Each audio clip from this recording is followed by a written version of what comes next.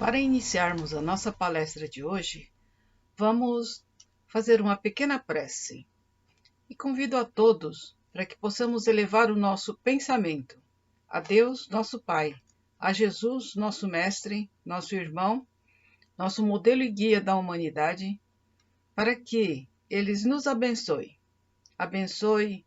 a nossa palestra, abençoe a cada um daqueles que a ouvirão e também aqueles que estão posteriormente ligados à nossa fala de hoje.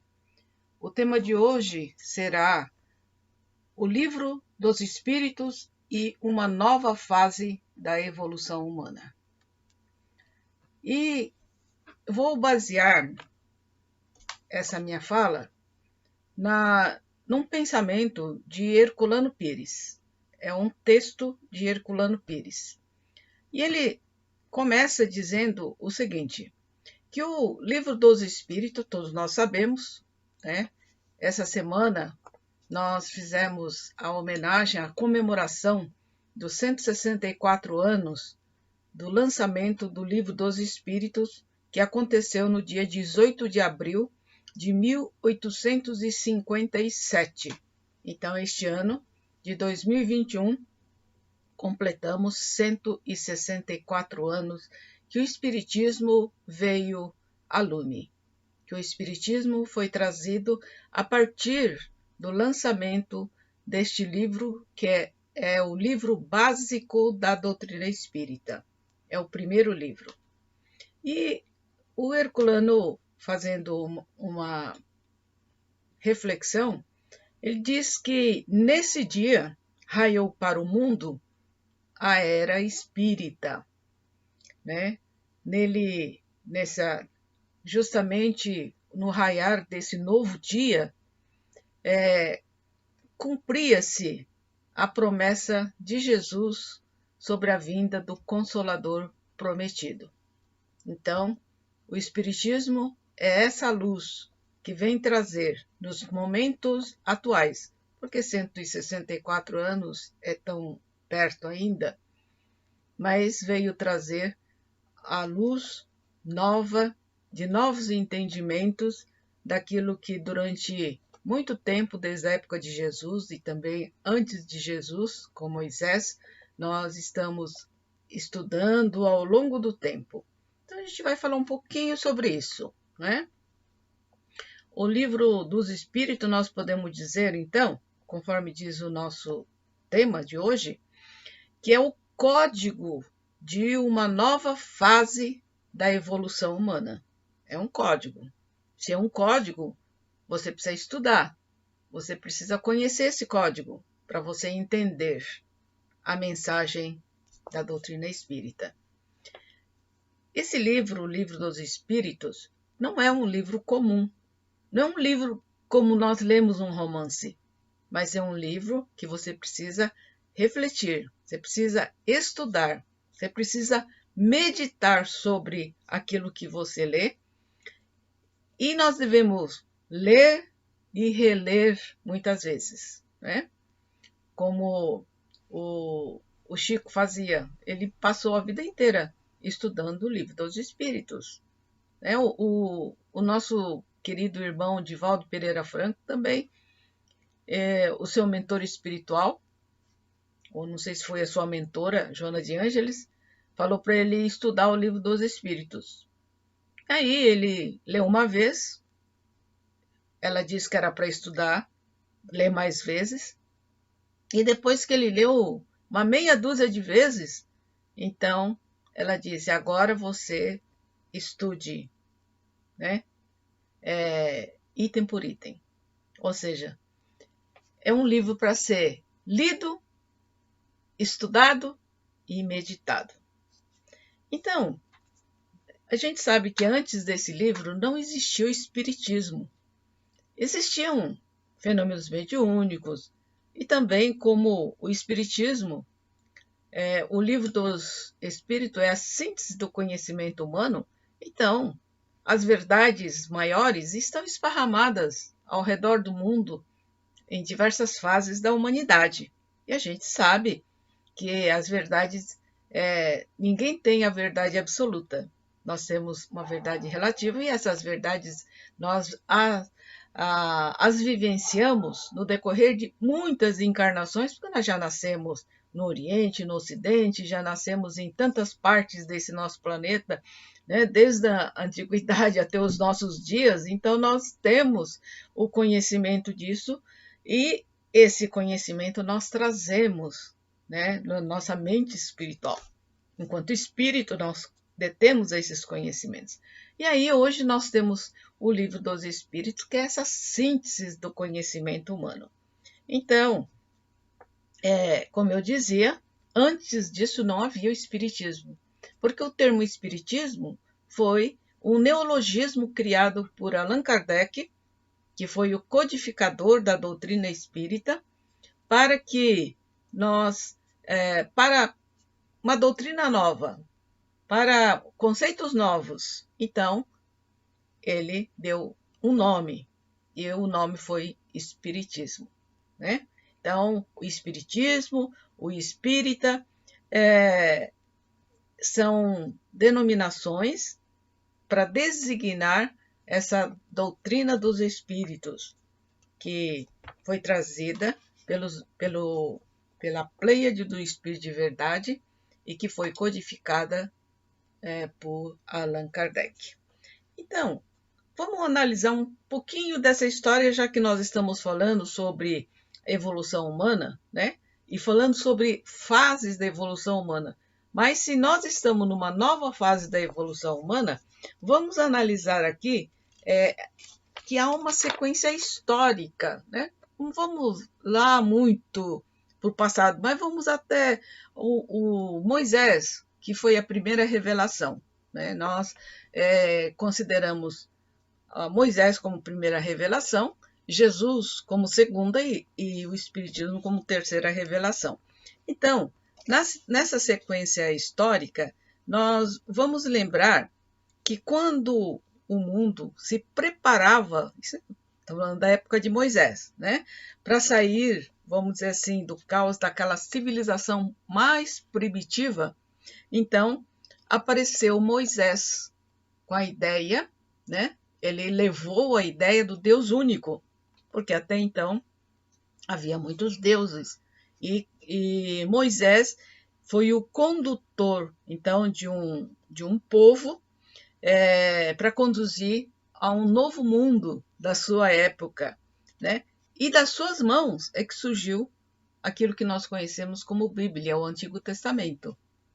E não foi Moisés que escreveu, evidentemente, né? Nós sabemos que a escrita veio muito depois disso, mas foi ele que o motivo central, né, dessa primeira codificação, nós podemos chamar de codificação também, do novo ciclo das revelações, que foi aquela ideia da revelação, né, de Deus único. Mais tarde, quando a influência da Bíblia já havia, vamos dizer assim, permeado o povo da época, né? Então, quando esse povo já se dispersava pelo mundo gentil, né, dos gentis, espalhando a nova lei, que era a lei de Italião, de Moisés. A gente sabe que a lei de Moisés tem a parte que era a lei de Deus e a outra parte que era a lei dos homens, que foram leis promulgadas por ele mesmo para disciplinar aquele povo mais rebelde, quando eles saíram do Egito, né, à procura da terra prometida.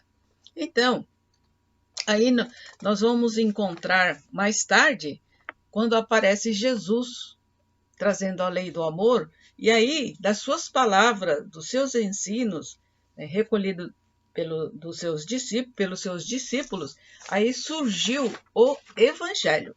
Então, com Moisés a Bíblia, com Jesus o Evangelho. A Bíblia, então, a gente pode dizer que é a codificação da primeira revelação cristã, né? Que foi justamente uma lei mais dura. Nós vamos encontrar na Bíblia, ou seja, no Antigo Testamento, muitas era a história do povo hebreu. E como naquela época o ser humano era muito mais violento do que hoje, né? Até que nós não mudamos tanto, mas mudamos. Então, hoje nossas legislações são muito mais brandas. Hoje a nossa legislação se preocupa com inclusões, né, das minorias. Hoje a nossa lei se preocupa em proteger, né, os idosos, proteger as crianças, proteger as pessoas com necessidades especiais, entendeu? Então, hoje a nossa legislação está mais branda, mas vamos encontrar, você lê o Antigo Testamento, tem uma história sangrenta, né? Uma história de um povo ainda bastante rebelde. Aí veio o Evangelho com Jesus. O Evangelho é a codificação da segunda revelação cristã, né? Que tem no centro a figura de Jesus, a figura do Cristo iluminando a humanidade. O Cristo também, naturalmente, ele deu muitas explicações do Antigo Testamento e do Novo Testamento, e ele diz: olha, eu não vim derrogar a lei, mas eu vim cumprir a lei. E outra coisa que ele disse, ele pegou todos os 10 mandamentos ali de Moisés, né, que são as leis divinas, e ele transformou em 2 normas, em 2 leis. Amar a Deus sobre todas as coisas e ao próximo como a nós mesmos, né? Então ele deu continuidade, já colocando o ensinamento num patamar bem mais próprio, um ensinamento já mais próprio para o avanço da humanidade daquela época.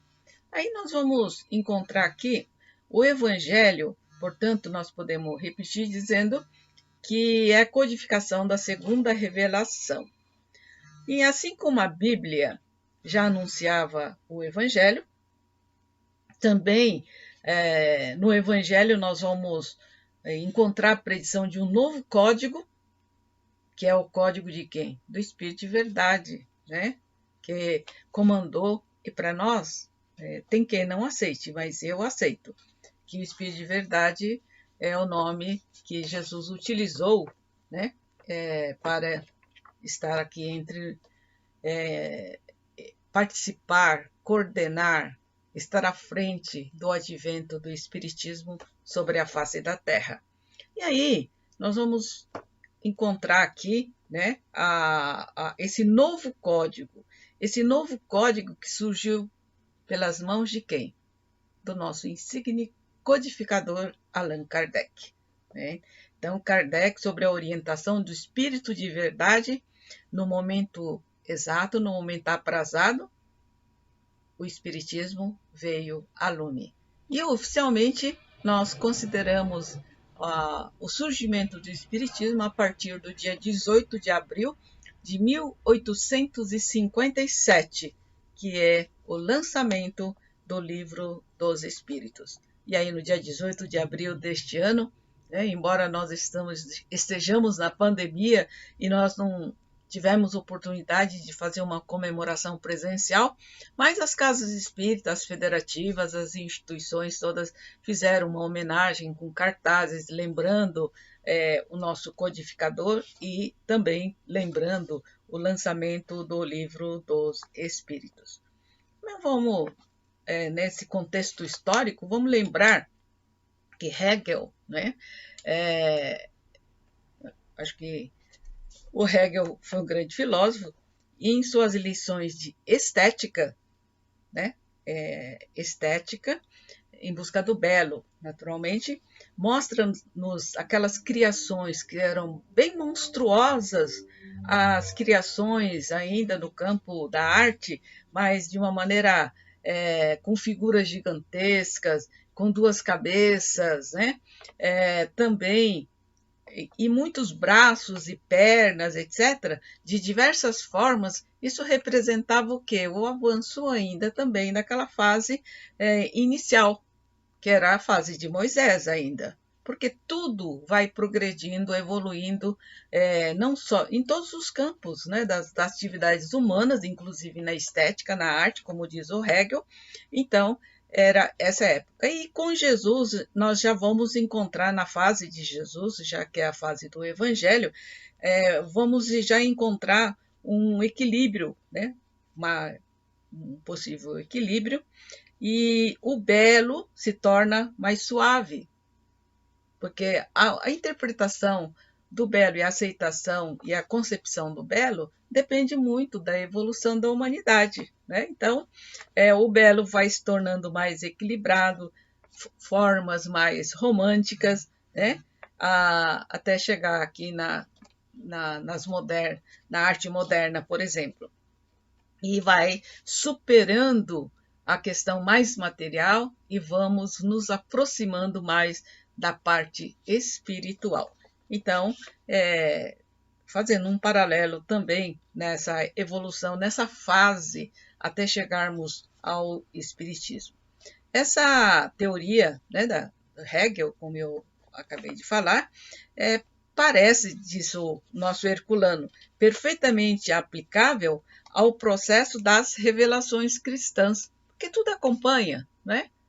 A humanidade vai evoluindo e tudo vai acompanhando, tudo evolui, inclusive a forma de nós exercitarmos e de realizarmos as nossas atividades humanas, as nossas leis, tudo vai evoluindo de acordo com o nosso patamar evolutivo, né? Daqui a milhares de anos lá para frente, naturalmente, nós teremos outros usos, outros costumes, outras leis mais justas, né? E o procedimento também das pessoas, a nossa moral estará bem mais elevada. Então, cada fase dessa evolução humana, se encerra com uma síntese conceitual de todas as suas realizações, como eu acabei de falar. Então, a Bíblia, portanto, é a síntese da antiguidade, como o Evangelho é a síntese do mundo greco-romano, não é? Judaico, que nós muito bem conhecemos, estudamos aí nos cursos do aprendiz do Evangelho, no cursos avançados do Espiritismo, etc. E o livro dos Espíritos é o do mundo moderno. Então, mas cada síntese, vamos dizer assim, não traz em si tão somente os resultados da evolução realizada, porque encerra também os germes do futuro. Cada fase vai mostrando, apontando o futuro. O Espiritismo aponta o futuro da humanidade. E nós entramos, então, numa nova fase da nossa humanidade, né? Então, graças a essa, vamos dizer assim, o decorrer da nossa caminhada, então nós estamos aí até numa fase em que o Espiritismo pôde ser trazido pela espiritualidade aqui à face da Terra, né? E aí nós vamos falar um pouquinho sobre a codificação.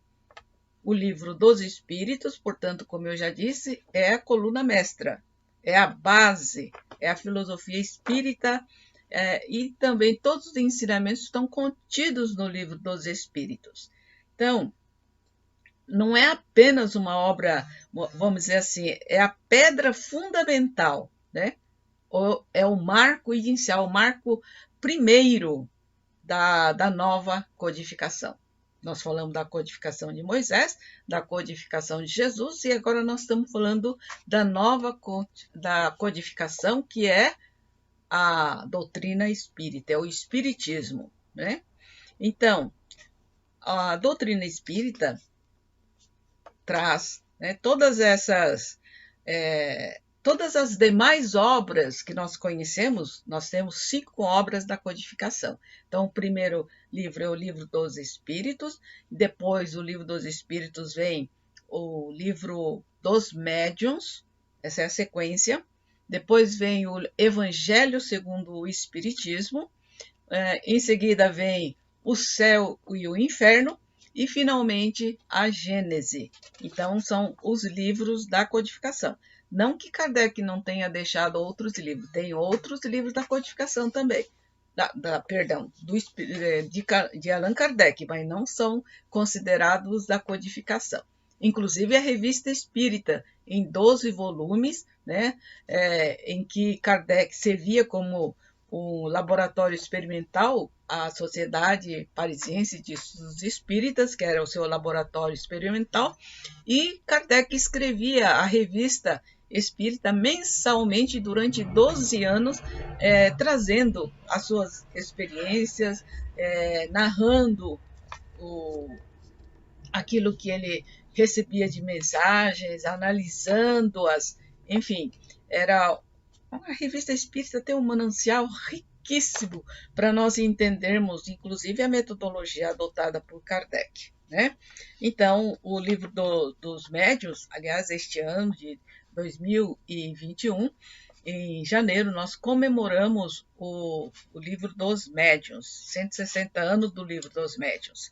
E aí, desde o ano passado, o movimento espírita brasileiro e internacional vem comemorando o livro dos espíritos, estudando, o livro dos médiuns, e o livro do espírito também, se estuda sempre, mas em especial o livro dos médiuns, em virtude dessa comemoração, né? Inclusive aqui em São Paulo, também as federativas, a USE, a FESP e as entidades todas estudaram e estão ainda homenageando e, em virtude dessa homenagem, estudando, né? Então, o livro dos médiuns, que é uma sequência natural, não vou contar a história.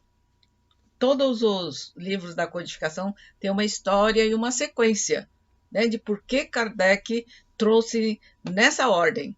E tudo tem uma ordem muito lógica. Kardec era um bom senso encarnado mesmo, né?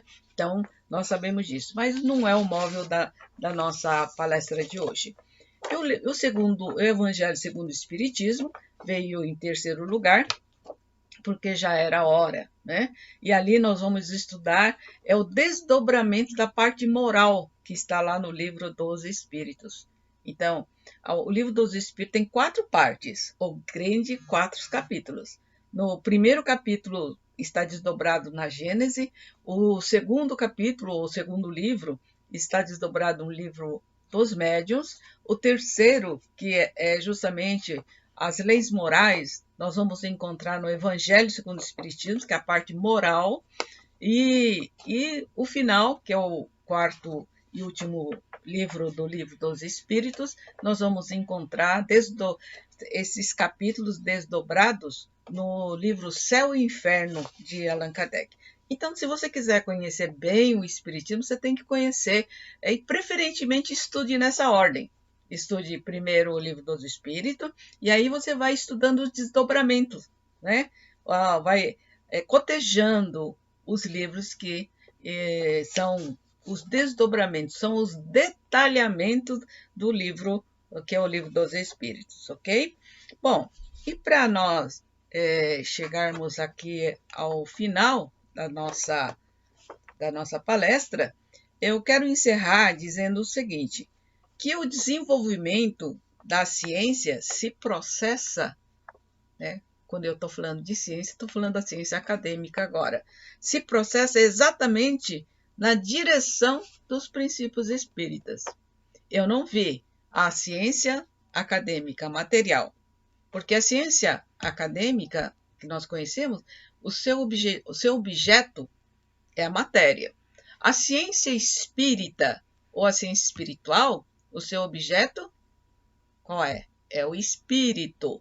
Então, na verdade, a ciência material ou ciência acadêmica, ela não tem condições de refutar, julgar, analisar a ciência espírita, uma vez que ela não detém esse conhecimento e ela não aceita a existência do espírito, pelo menos até agora que eu saiba, a ciência não aceitou a existência do espírito. Tem muitas iniciativas, olha, tem muitas teses de doutorado, tem dissertação de mestrado, tem uma quantidade até muito grande de teses e de temas com temática espírita nas universidades, mas isso ainda não comprova a consciência, né? Não está comprovado, não existe uma aceitação da ciência, mas já estamos a caminho, já tem muitos companheiros iniciando essas pesquisas e isso, naturalmente, serão evidências para que a ciência possa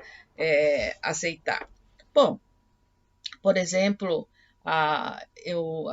conforme eu disse, eu vou repetir, que hoje, né, a ciência material está se processando em direção aos princípios espíritas. Está indo. Se você pegar o livro, né, alguns livros ou alguns temas dessas teses que eu estou me referindo, dessas dissertações, vocês vão ver que eles estão caminhando na direção dos princípios espíritas, né? Assim também, as evidências sobre a reencarnação são tão grandes que já deve estar difícil aí para o meio acadêmico ou para a ciência refutar a reencarnação, né? Porque as evidências ao redor do mundo são muito grandes. Mas logo mais isso aí é outra história. A desintegração da matéria pela física nuclear, né? A concepção da matéria como concentração de energia, a percepção cada vez mais clara de uma estrutura matemática do universo, a conclusão a que alguns cientistas são forçados a chegar. Na verdade, eles são forçados a chegar, porque não tem explicação. A ciência não explica o universo. A ciência não explica a matemática do universo, uma matemática tão perfeita, né? De que por trás da energia, os cientistas já estão dizendo, estão começando a pensar. Parece haver outra coisa que seria pensamento. Nós espíritas sabemos que o pensamento, né? Nós espírito pensamos e usamos a matéria e nos exteriorizamos o nosso pensamento através do cérebro material. Mas quem pensa é o espírito, quem sente é o espírito, quem fica feliz, quem fica alegre, quem fica triste, entra em depressão, tudo é o espírito. Na verdade, a nossa matéria só serve como instrumento de exteriorização daquilo que somos, daquilo que pensamos, daquilo que sentimos, né? Então, tudo isso mostra que Kardec tinha razão ao proclamar que nem Deus, nem a religião verdadeira, nem, portanto, o espiritismo, nada tinha a perder com o avanço da ciência. Porque a ciência, à medida que nós vamos evoluindo, na medida que a humanidade progride, que a ciência progride, ela vai ter que se aproximar à ciência espiritual, né? Então, pelo contrário, só tem a ganhar, como os fatos demonstram hoje no dia a dia. Então, nós espíritas sabemos, nós não brigamos com a ciência, muito ao contrário. Nós respeitamos a ciência e, como disse Kardec, se houver algum ponto em que a ciência comprovar diferente daquilo que está na doutrina espírita, a doutrina espírita mudará naquele ponto. Mas até agora eu não vi nenhum ponto que tivesse que mudar. Muito ao contrário, eu vejo a ciência se aproximando, eu vejo a ciência começando a entender, né? Mas eu não vejo absolutamente nenhum ponto que possa ser refutado. Bom, meus caros amigos, queridos irmãos, nós vamos encerrando a nossa fala por aqui e quero então convidar a todos vocês para que possa novamente elevar o nosso pensamento a Deus, a Jesus, nosso Mestre, rogando o amparo e a sustentação para que a nossa caminhada, para que os desafios que a vida se nos apresentam possam ser levados de uma maneira fácil, de uma maneira positiva, com coragem, com esperança, na certeza de que essa passagem que nós temos pela Terra é apenas passageira. É uma passagem muito breve diante do que nós temos que viver pela eternidade. Sabendo que quando nós desencarnamos, ninguém vai ficar do outro lado esperando o tempo passar. Muito ao contrário, continuaremos a nossa caminhada do outro lado, evoluindo do outro lado, preparando-nos para novas reencarnações aqui na Terra ou em outro local. Nós somos cidadãos do universo, então, nós, assim como tem espíritos de outros orbes, de outros sistemas que podem reencarnar aqui entre nós, com o intuito de nos ajudar, também nós podemos encarnar em outros orbes, né? Não tão facilmente, porque ainda estão muito apegados às coisas da Terra, mas nós sabemos de que a nossa evolução, o nosso progresso começa aqui ou começa lá no mundo espiritual, continua aqui e voltaremos para lá e continuaremos a nossa caminhada evolutiva. Então, queridos irmãos, muita fé, muita esperança, que Jesus nos abençoe hoje, amanhã e sempre.